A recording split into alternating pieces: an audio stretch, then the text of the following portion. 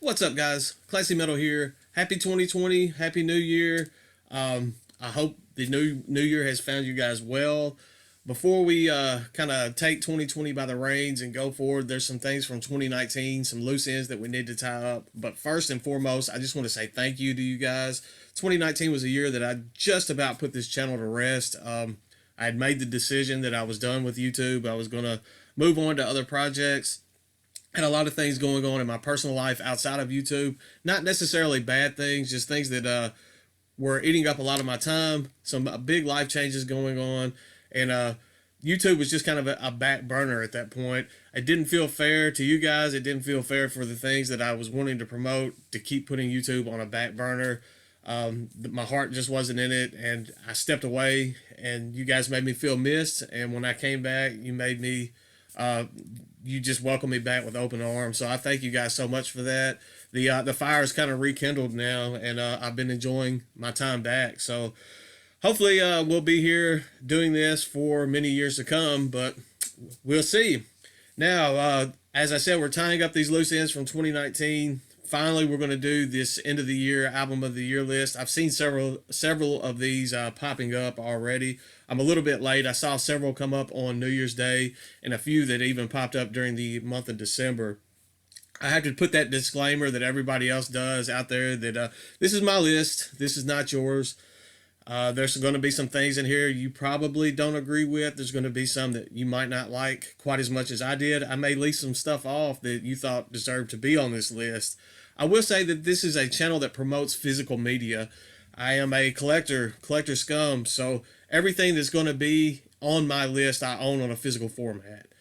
The fact that something's not on my list could be as simple as that I just don't own it yet, or that it wasn't released on physical media, or there is always the chance that perhaps I just didn't care for it as much as you did. But, you know, my tastes are better than yours, so let's just move forward with my top. I did a top 20 list. I found that top 20 is a good solid number. Sometimes I've done like honorable mentions and that type stuff, but I just capped it at 20, left it at 20. There was some stuff that I had to leave off this list that it almost pained me a little bit to actually leave off, but that's just kind of the nature of doing these lists. In the grand scheme of things, these lists really don't mean anything. You could come back in probably 2 months, have me redo a whole nother list from 2019, and there will be things on here that I missed out on previously, and things are in different positions.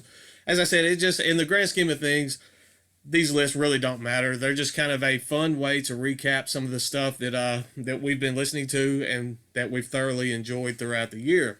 Let me take a little sip here. Sipping on some liquid death. It is the new year. Got to celebrate a little bit.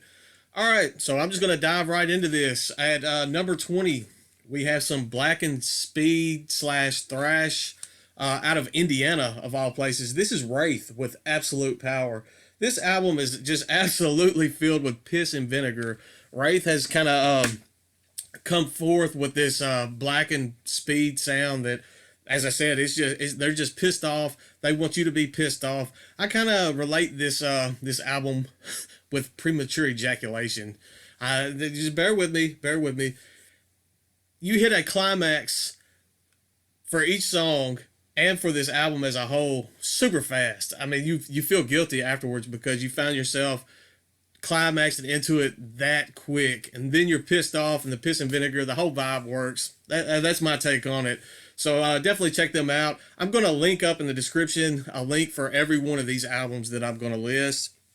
YouTube has gotten to the point where they start capping me on links. So the link will be there. You may have to copy and paste it, but you know, the legwork has started for you guys. If you see something on this list that you might have missed out on and you want to check out, the links are there for you to go check at least something from this material out.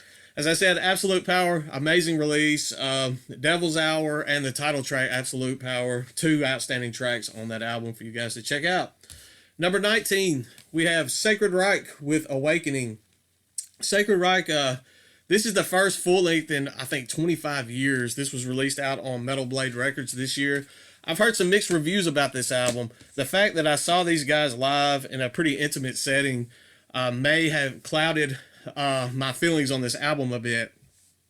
a lot of the material that's on this release they played live, so I have that memory and that fun of that excursion out to that venue, just kind of clouding my love for this release, and I do enjoy it quite a bit. There's a couple album titles, a couple tracks on this album that I do enjoy more than the others. Divide and Conquer is very good. Killing Machine is another one that I enjoy quite a bit. I know that there's like the old heads of Sacred Reich that want that Ignorance era material to keep coming out. Well, this is a revamped lineup. Ignorance era Sacred Reich has been put to bed. So if you want Ignorance era Sacred Reich, go pull Ignorance off your shelf and listen to that. I mean, that's just it's a bit silly to me, for people to make that kind of argument. This I love what Sacred Reich is doing right now, because they're kind of turning on a whole new generation into this classic style of thrash, and they're doing it quite well. They're having fun doing it, and this was a stellar release. So at number 19, we had Sacred Reich with Awakening. Changing gears a little bit, at number 18, we have Grima with Will of the Primordial.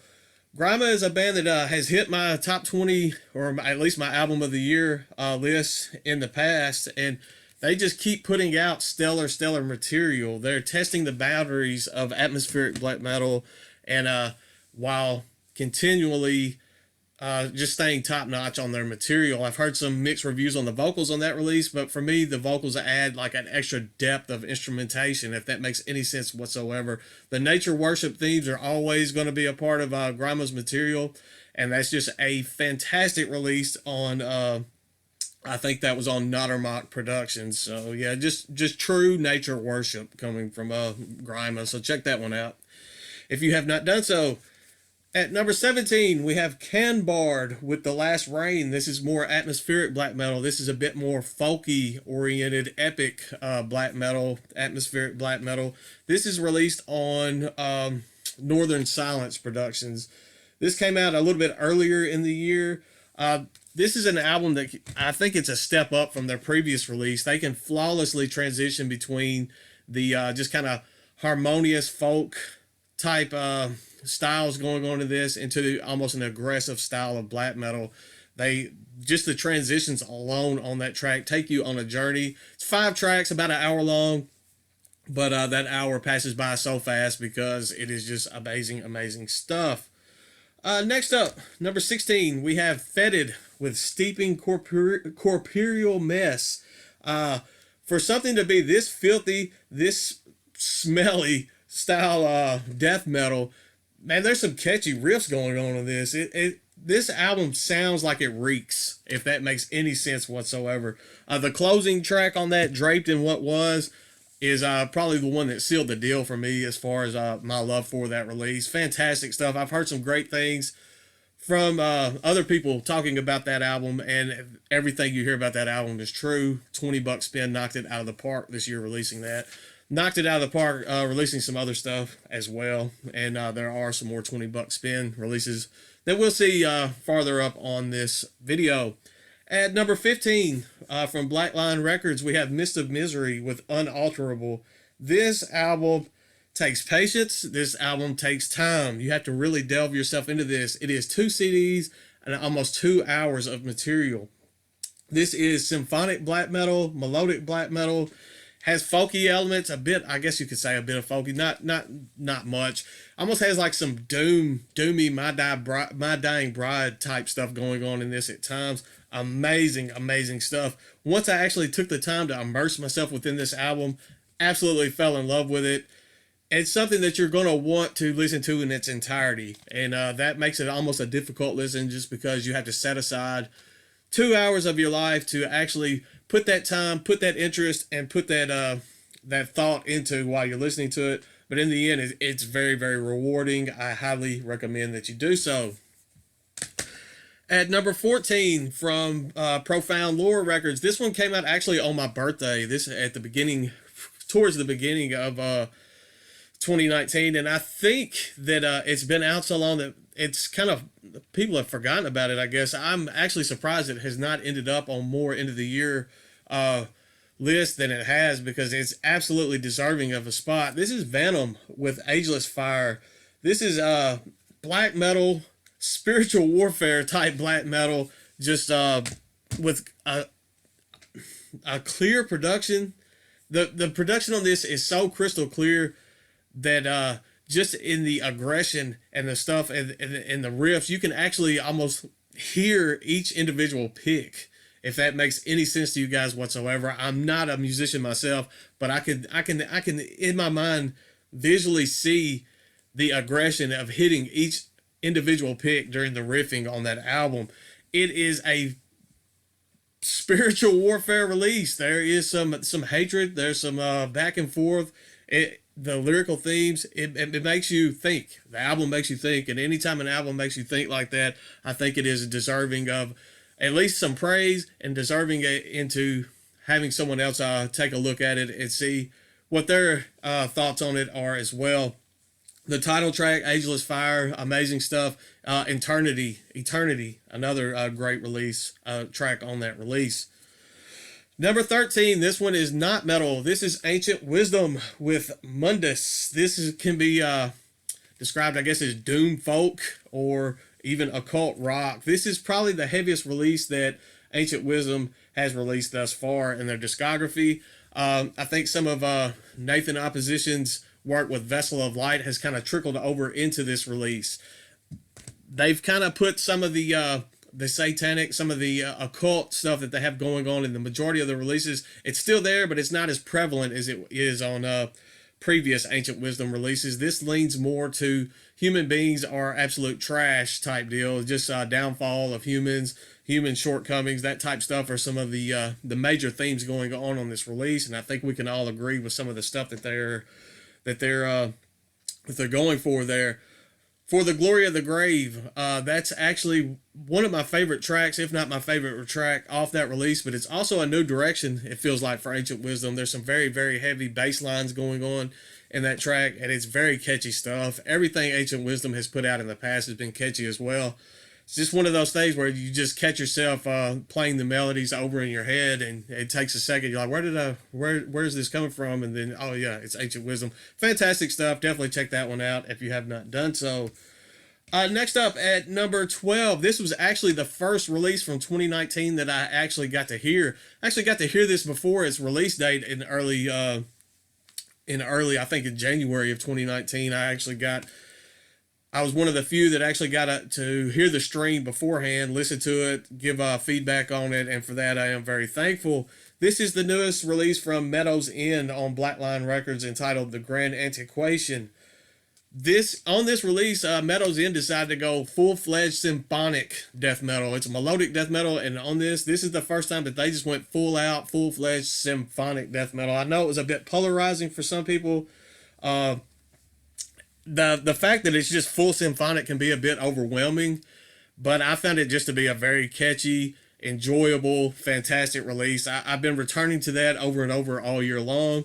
And just the sheer amount of listen hours that I've given that album over the past year, rightfully lands it on this list. There's no way I could leave that off. At number 11, this one has not been out very long at all. This is on Profound Lore. Profound Lore coming in pretty strong on this list as well. This is a Mortiferum with Disgorged from Psychotic Depths. This is some death doom out of Washington State.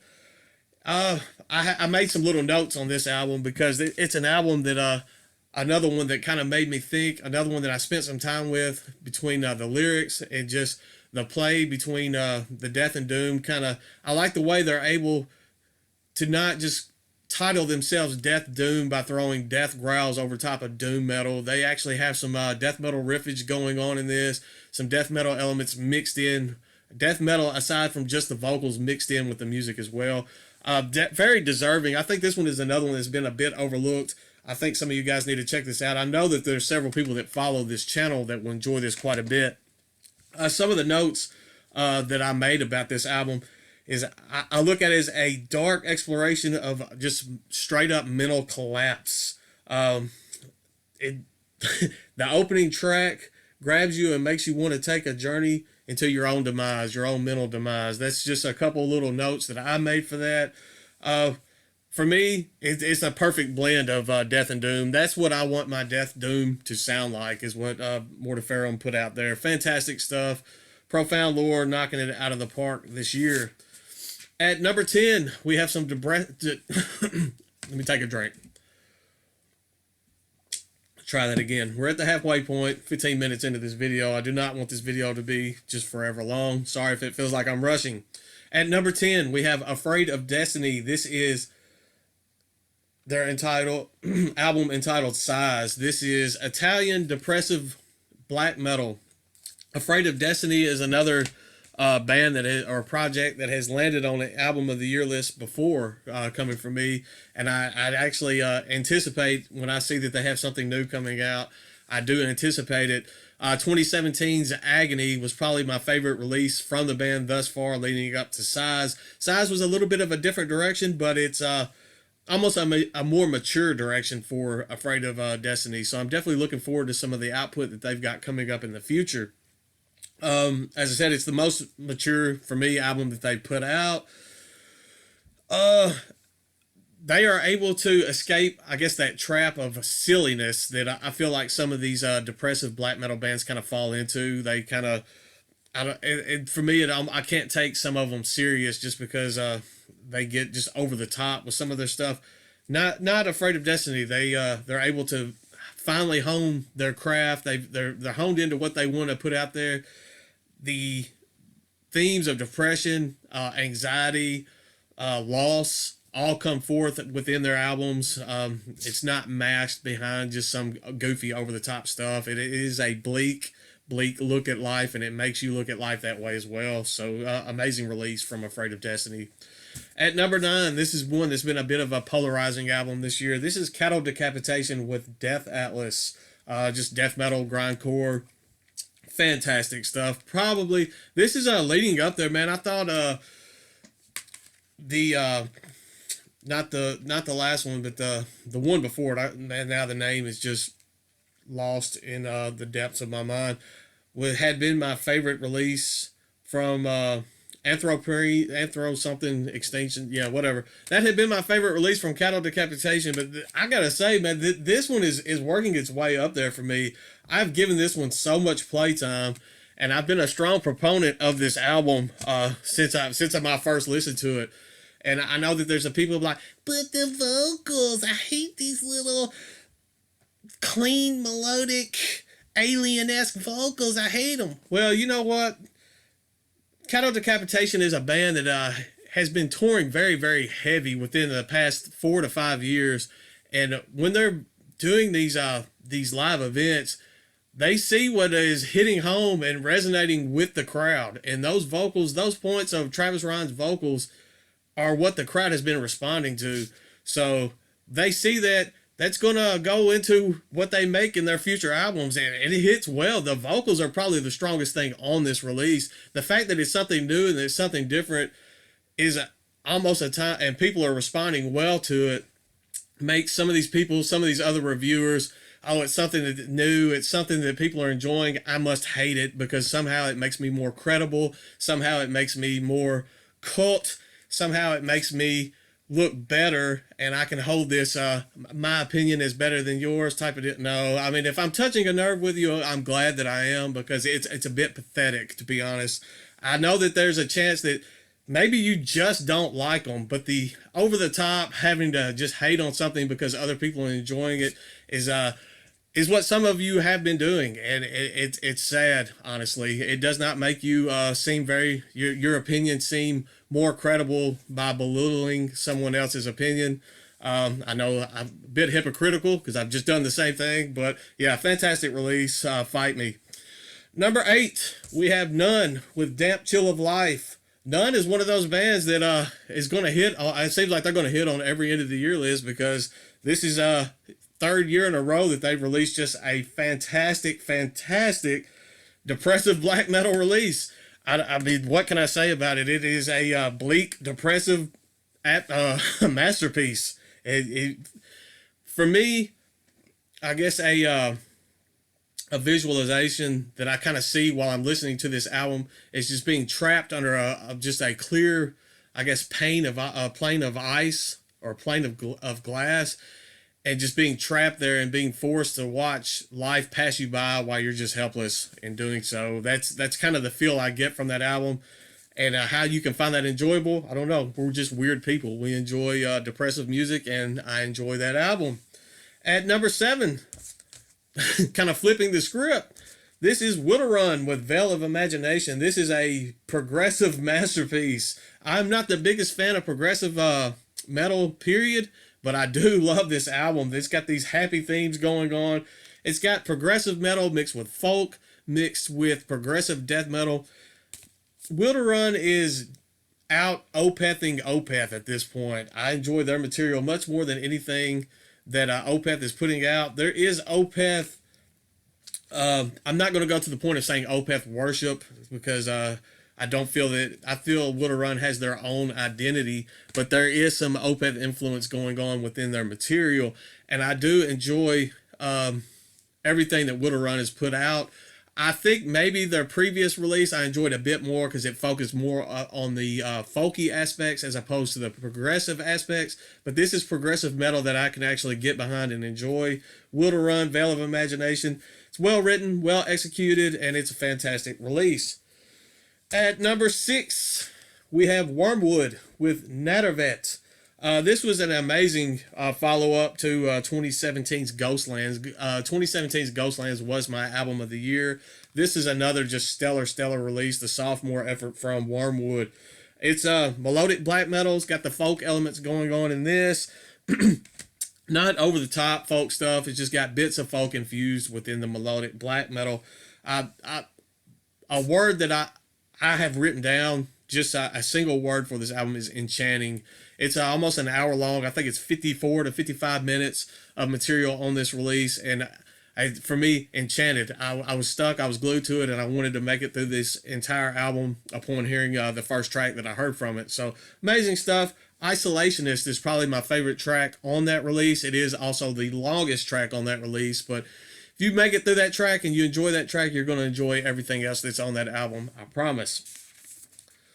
At number 5. We have Blood Incantation with Hidden History of the Human Race.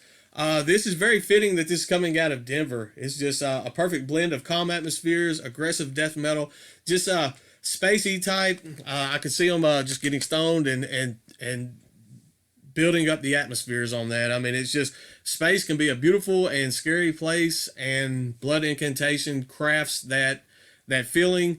They're just excellent craftsmen. And fantastic stuff, fantastic death metal. I don't have to go on too much about that album. If you're watching this video, I'm sure you've already heard that album. At number 4, we have Obsequii with The Palms of Sorrow Kings. I had a little bit of trepidation when this album was coming out, because I'm like, how is Tenor going to do a follow-up to Area of Vernal Tombs? Area of Vernal Tombs, I think, came out in 2015, and is just a masterpiece. And this is how you follow up an album like that, by creating another masterpiece. I think in time, this one will overshadow the previous effort. I know some people probably don't agree with me on that one, but just give it time. This one hasn't been out very long, and it's already at number 4 on this list. Amazing stuff. This is probably, without a doubt, my favorite black metal release of 2019. At number 3, this one was a bit surprising for me. I did not anticipate myself enjoying this album as much as I did. It's an album that I listened to once, and I was like, oh, that was pretty good. Then I found myself wanting to return to it, and then just kept on returning and kept on returning and kept on returning to the point where I had to purchase it when I did my Black Friday special order. This is Witch Vomit with Buried Deep in a Bottomless Grave. I have to ask what's going on over in Portland, Oregon. Are you guys into necrophilia or what? I mean, there is so much filthy, disgusting death metal coming out of Portland that, I mean, I love it. I'm jealous of that scene there. And this is more of that. This is fantastic, nasty, filthy death metal. $20 spin. You guys actually have killed it all year long. Another amazing release. There's stuff from 20 spin that I wanted on this list that never made it. Tomb Mold, that was so close to making it on here. I mean, it's just been one killer release after the other. So I was talking Witch Vomit, filthy, catchy death metal. It doesn't overstay its welcome. The album only tracks for about 28 minutes. it leaves you just craving more, wishing it was longer. That's what I'm going for. It has some even a little bit of old school vibe buried deep within this, just filthy, grimy death metal. Fantastic stuff, amazing stuff. Definitely check that out if you have not done so already. At number 2, we have InterARMA with Sulphur English. Relapse Records coming on strong with this release. This is a mix of sludge, death, black, and post-metal in an effort to put as many genre tags as they possibly can within one album. It's heavy. This album is so heavy. Sulphur English is a perfect name for this album because it feels like you're just suffocating under just mountains of ash and smoke created by the fires that this album is creating. It's I put being trapped under a thick, dense smoke while everything you love is just burned and reduced to ashes. That's what that album portrays to me, just fire. That fire theme is there. Fantastic release. Definitely check that out. Howling Lands is probably my favorite track off of that album. Stillness, and then the title track, Sulphur English, are all outstanding tracks. And then last but not least, I did not foresee this being my album of the year this year. This is one that has grown on me. It's one that has resonated with me. The lyrics on this are just brilliant. The lyrics are intelligent. The lyrics are they made me think. The lyrics hit me at just the right time. The lyrics made me question some things within my own psyche. This is an album that I've spent much time with, much more time with than I probably should have. I've gotten new albums in the mail, had them stacked up next to the stereo, and I found myself reaching for this album because I kept wanting to return to it. I kept wanting to return to it, and I kept returning to it. And the album I'm talking about is Crips Ermine with their release on Dark Descent Records entitled The Ruins of Fading Light. This is epic doom metal. When I think of Dark Descent Records, I do not think of doom metal at all. Definitely do not think of epic doom metal. I know that's a genre that some people aren't as big on as others. It can be a bit repetitive for people that aren't into doom metal. But for me, it was a brilliant masterpiece. As I said, the lyrics on that, they resonated so deep within me that it made me just want to question things. It made me almost find some deeper truths within myself, and it's not often that an album can do that. Very morbid, very dark themes going on within the approach to this release. It's one that it can be a turnoff to some people, having to put that much effort and thinking effort into getting behind some of the lyrical themes. It could be over some people's heads. It could be themes that just some people aren't interested in. But for me, it hit just at the right time. It stayed, and it's something that I found myself returning to over and over and over. If you're into doom metal, if you're into that kind of classic epic doom metal sound, I highly suggest that you check this out if you have not done so already. So 2019 album of the year from Classy Metal is Crips Ermine, The Ruins of Fading Light. So that's it. I hope you enjoyed the video. Let me know your thoughts. I know I'm going to get some hate comments probably just from the my thoughts on cattle decapitation, but that's fine. I don't care. I would like to hear you guys. I want to hear what your favorite albums were. Definitely put that down in the description. I am so far behind on videos. It's not even funny. I have a ton of stuff I need to show. I'm at the point I know some of that stuff. I just got to accept the fact that it's not going to be shown.